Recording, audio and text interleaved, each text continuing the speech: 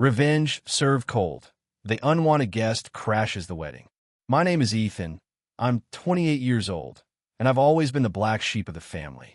Not in the he's always in trouble kind of way. More like the invisible one, the one who didn't quite fit the mold. While my sister, Olivia, was the golden child with perfect grades, perfect hair, and a perfect smile. I was the quiet kid in the corner, building things, fixing computers, and keeping to myself. Our parents, especially my mom, treated her like the second coming of royalty. And me? Let's just say if I disappeared one day, the family photo wall would suddenly look more symmetrical, as my mom once joked. Yeah, Olivia and I were close once, when we were younger. She used to sneak into my room to watch me play games or help me build Lego sets. But as we grew older, she leaned into her role as the perfect daughter, while I didn't. She joined cheerleading, started dating the quarterback, and began hosting these ridiculous themed birthday parties that felt like reality show auditions. I stuck to myself, developed a knack for technology, and eventually built a small but steady freelancing gig fixing security systems and building networks for local businesses. The divide got bigger after college. I didn't go, couldn't afford it, didn't want to really.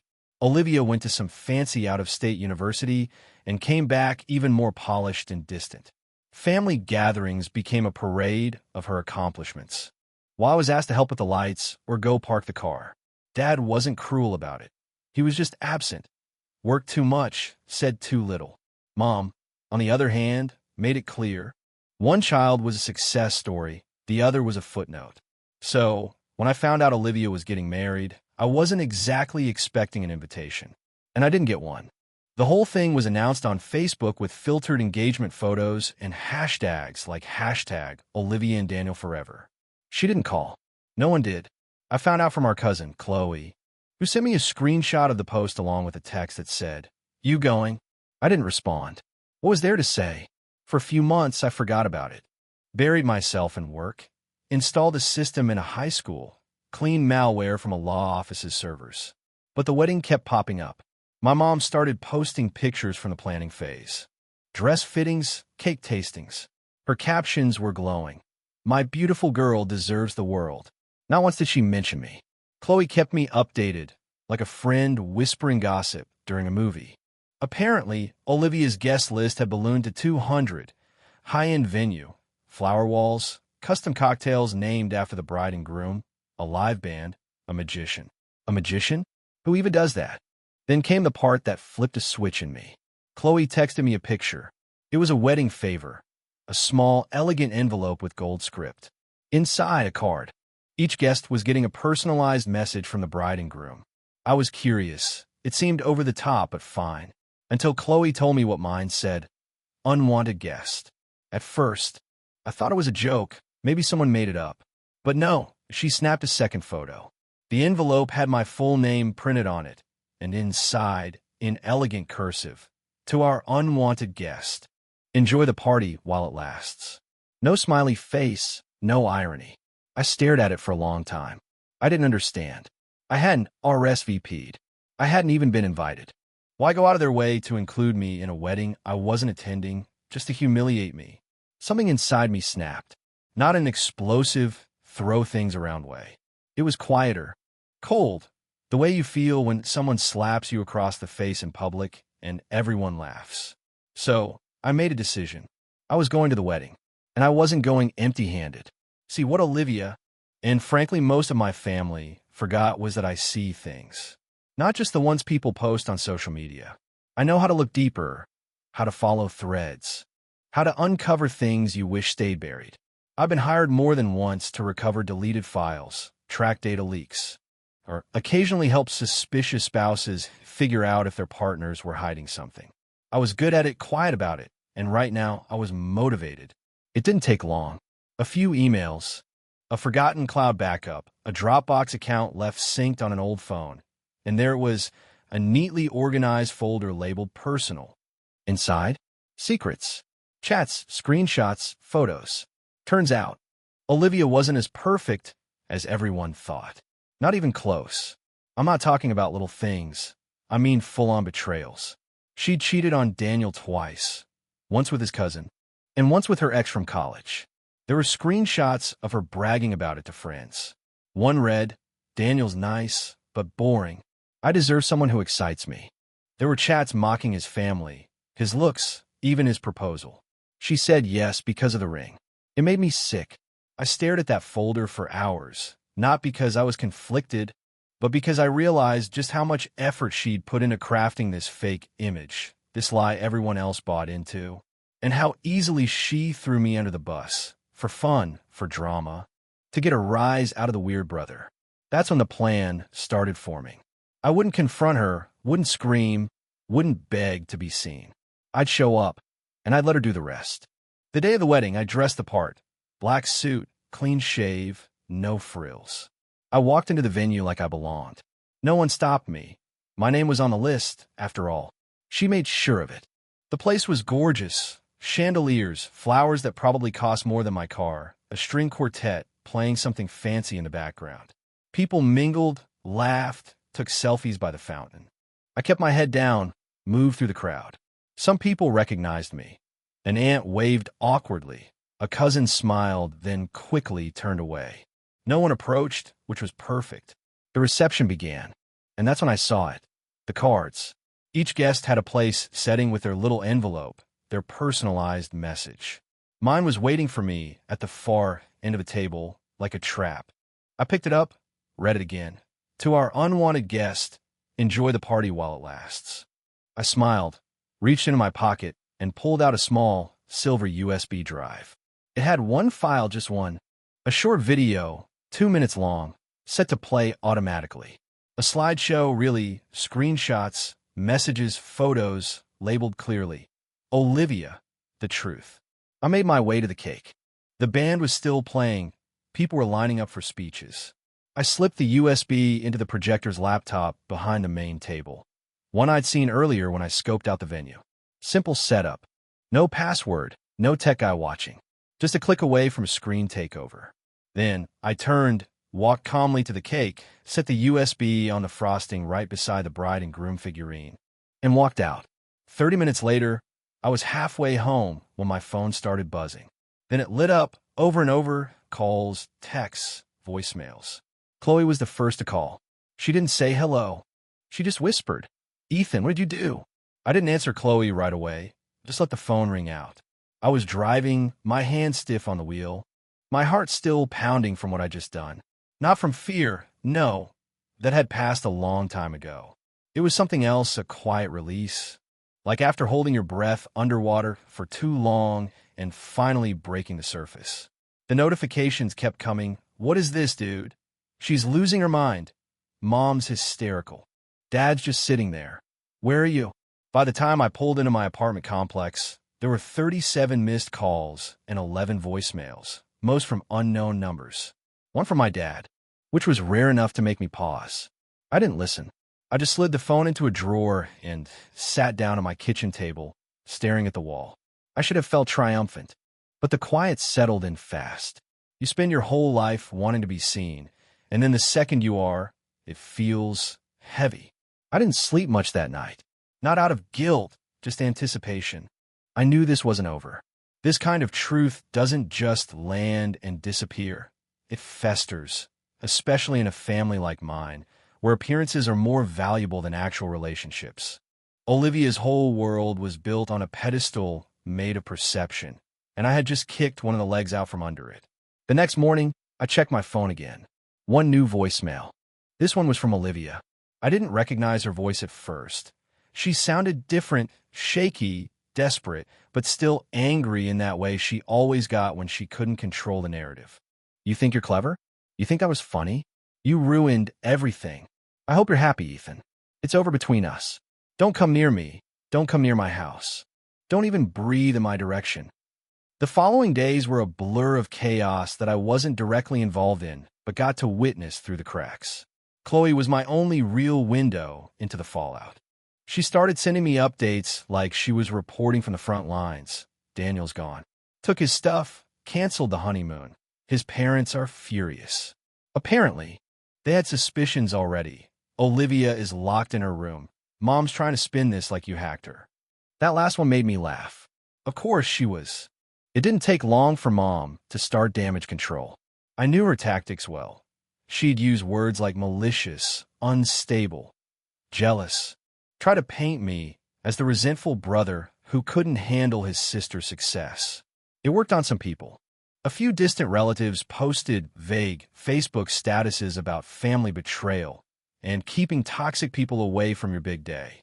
I didn't respond, but I did log into a burner account and scroll through the comments on Olivia's now-locked Instagram profile. One post from the wedding was still up, a black and white photo of her and Daniel before the meltdown. Her caption had originally read, "The happiest day of my life." But someone had edited it after the event. Now it just said, in the comments, "Savage." People were asking what happened. Someone claimed to have seen the video. One girl wrote, "You fooled us all, Olivia." A week passed, then two. And then came the letter, handwritten on thick cream paper, no return address, but I recognized my father's handwriting instantly. I hadn't heard from him directly in years. Not like this. It was short, just a few lines. "Ethan, I don't agree with what you did, but I also can't pretend I didn't know. Your sister made her choices. You made yours. Be careful. Dad." That was it. No signature, no apology, just a neutral, cryptic note that somehow said everything and nothing. I folded it and placed it in the drawer with the USB I'd retrieved later from the venue. Not that it mattered. The video had already done its job. It was out there. A few weeks later, I saw Olivia in person. It was at our cousin Sophia's baby shower. I hadn't planned to go, but Chloe begged me, said she didn't want to deal with attention alone. So I showed up quiet, low profile. Olivia was already there, standing near the food table, pretending to listen to some distant aunt story. Her hair was perfect, as always. Her dress probably cost more than my rent. But her face was tired, hollow. She saw me the moment I walked in. Her jaw clenched. She didn't move. Neither did I. There was a brief silence between us, just long enough to feel like the room got colder. Then she turned away. Didn't say a word. Didn't have to. The damage was done. But what no one knew, not yet, was that the video I played at the wedding, it wasn't everything. It was just enough, just a teaser, a carefully crafted glimpse. Because the real story, the one that could shatter more than a marriage, I was still holding that close, still deciding whether I was ready to drop the rest. And that's when something unexpected happened. An email from Daniel. I stared at the subject line for a good 5 minutes. "We need to talk." Short, vague, heavy with implications, a phrase that rarely means anything good. I hovered over the email, debating whether to open it. Part of me didn't want to. I wasn't in the mood for another angry message. Another person telling me I'd gone too far or wrecked something beautiful. But curiosity got the better of me. I clicked. The message was surprisingly short. "Hey, Ethan, I know you probably weren't expecting to hear from me. Honestly, I didn't think I'd ever be sending this. But I need to ask you something. Did you find anything else? I'm not asking because I want to make things worse. I'm asking because something doesn't add up. If you're willing to talk, let me know. I'll meet you wherever." Daniel, no threats, no accusations. Just a straight-up question that surprised me. I thought about ignoring it. I really did. I didn't know him anything. But then again, this guy almost married Olivia. He deserved to know what he walked away from, why he walked away. So I wrote back, "Hey, Daniel. I did. I'll tell you everything, but not over email. Meet me at Orion Cafe on 9th tomorrow, 3 p.m. Ethan." The next day, I got there early. The Orion Cafe was quiet, tucked between a bookstore and a closed-down vape shop. One of those cozy places with old wood tables and soft indie music playing low in the background. I sat at the far end by the window, nursing a black coffee and replaying everything in my head. The wedding, the USB, the fallout, and now this. Daniel arrived 10 minutes late. He looked worse than I expected, tired, eyes sunken. His usual preppy haircut had grown out slightly, and he was wearing a hoodie and jeans, completely different from the polished fiancé version of him I remembered. "Hey," he said, sliding into the chair across from me. "Hey," I replied. No handshakes, no small talk. He took a breath, rubbed the back of his neck. "So, you said you found more?" "I did," I said, pulling a flash drive from my pocket and placing it on the table. He stared at it like it was ticking. "Before I show you," I said slowly, "you need to know something. I didn't go looking for this out of spite. Your name just kept showing up." His brow furrowed. "In what?" I leaned back, measuring him. "How much do you know about her past relationships?" Daniel looked down. "I know about the guy from college. I didn't know about his cousin until your little wedding gift." He looked up, eyes narrowing. "But there's more, isn't there?" I slid the drive across the table. "Everything's on here. The backups, the messages, the calls she didn't delete properly. It's all dated and time-stamped." He didn't touch it. "What does it say?" he asked. I hesitated. "You sure you want to know?" He let out a dry laugh. "I left her, Ethan. My family's mad. Her family's mad. The vendors are still trying to collect final payments. And I'm getting messages from people I barely know asking if I'm okay. I deserve to know." I nodded. "She lied to you. Not just about the cheating. About everything. She forged financial documents for a joint loan, took out a line of credit under your name before the wedding, bought dresses, spa treatments. Even made a down payment on a trip for her and her ex. All while telling you she was saving for the future." Daniel's face went pale. "That's no. I checked my accounts. I would have seen that. She used your backup email," I explained. "The one linked to your college bank account. Still had access to it. She changed the notification settings. I have proof." He looked like someone had gut-punched him. For a second, I thought he might be sick right there in the cafe. Then he pushed the drive off to the side. "I don't even care about the money anymore," he muttered. "I just wanted to believe someone could actually love me without lying to my face." Silence hung between us. I didn't know what to say. For once, I wasn't the one being dismissed or ignored or gaslit. I was the one holding the truth, and someone was actually listening. He leaned forward. "Why'd you do it?" he asked. "You could have just not come, could have watched the whole thing implode from a distance. Why show up at all?" I looked out the window. For years, I've been invisible to my own family. They wrote me off, made me feel like a burden, like background noise. Olivia made it personal. That card she left me wasn't just a joke. It was her way of telling me she still had the power, that no matter what, I'd always be beneath her. I turned back to him.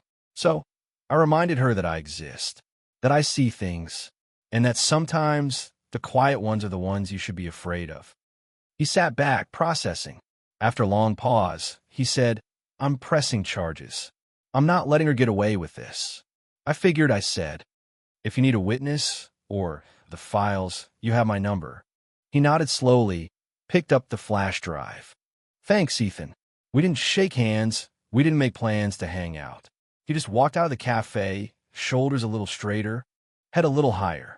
I watched him go, and for the first time in a long time, I didn't feel like a footnote.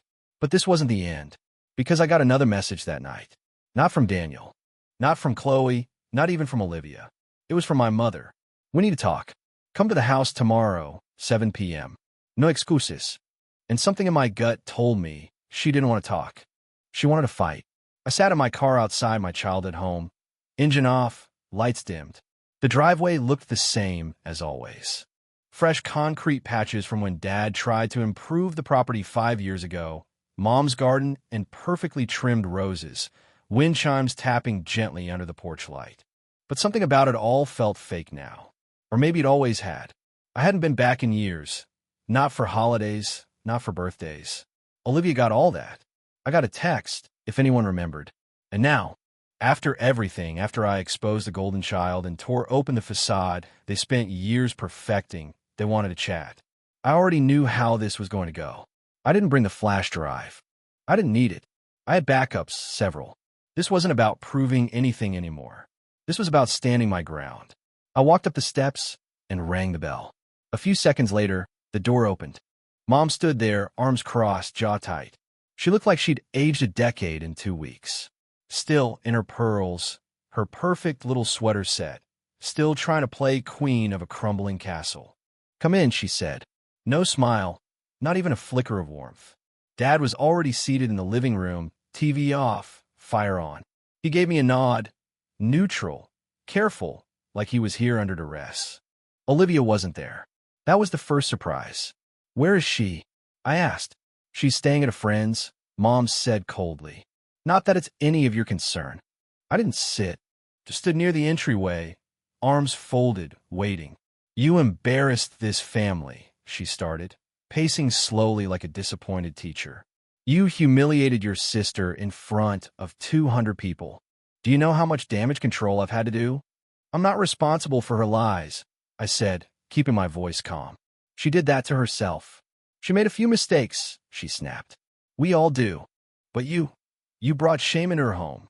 You showed the world our dirty laundry. There it was, our dirty laundry. As if I had revealed family secrets instead of Olivia's personal deceptions. As if I had betrayed them. I turned to Dad. You agree with this? He didn't answer right away, just looked at the fire. It wasn't the right time or place, he muttered. I shook my head. There never is there? Not for people like me. You all would have let her marry that guy, lie to his face, and keep up her act just to keep the illusion going. Mom's voice rose. We did what we had to do to protect her. And I was disposable, right? My voice sharpened now. I was always the problem, the disappointment. You ignored me for years, but the second I speak up, I'm a villain. Silence. Why did you come, Ethan? Mom asked, lifting her chin. If you knew this would only bring pain, why show up at all? Because someone needed to tell the truth, I said. And I'm done letting this family pretend that truth is optional. She looked at me like I'd slapped her, but she didn't argue. For the first time in my life, my words stuck. I took a step forward. You don't get to erase me anymore. I'm not here for your approval. I came to tell you this to your face, so you know I'm not afraid of you, or Olivia, or this twisted version of family you've been trying to maintain. Dad stood up slowly. That's enough. No, I said firmly. That's enough. I'm done being polite. I'm done being quiet. You can either accept that I'm part of this family, with a voice, or you can keep pretending I don't exist. But I'm not going to play along anymore. I turned to leave. My hand was already on the door when Mom said, You'll regret this. I paused, then looked over my shoulder. No, I said. For the first time, I won't. And I walked out. The air hit me like a reset button. It wasn't some movie ending. There was no hug, no apology, no dramatic realization. But I didn't need any of that. I had done what I came to do. I'd exposed the truth, stood my ground, and finally said everything I'd been swallowing for years. Not for them, but for me. A week later, I got a call from Daniel. He pressed charges, fraud, identity theft, even evidence of embezzlement. Olivia was facing a real investigation. There was no hiding anymore. The wedding was officially annulled. The vendors started suing for unpaid balances. The story got out, small at first, whispers among family friends, then bigger, public. Mom tried to spin it, of course, said Olivia had a nervous breakdown, that it was all a misunderstanding. But people weren't buying it anymore. As for me, I went back to my work, quietly, steadily. But I wasn't invisible now. Not to myself, not to the people who mattered. Chloe started inviting me to more events, and people actually talked to me. Some apologized, most didn't, but I wasn't doing it for their closure. The truth is, revenge wasn't the goal. Freedom was, and I finally had it. Olivia, she lost the mask she lived behind. Me, I found my voice, and I'll never let them silence it again.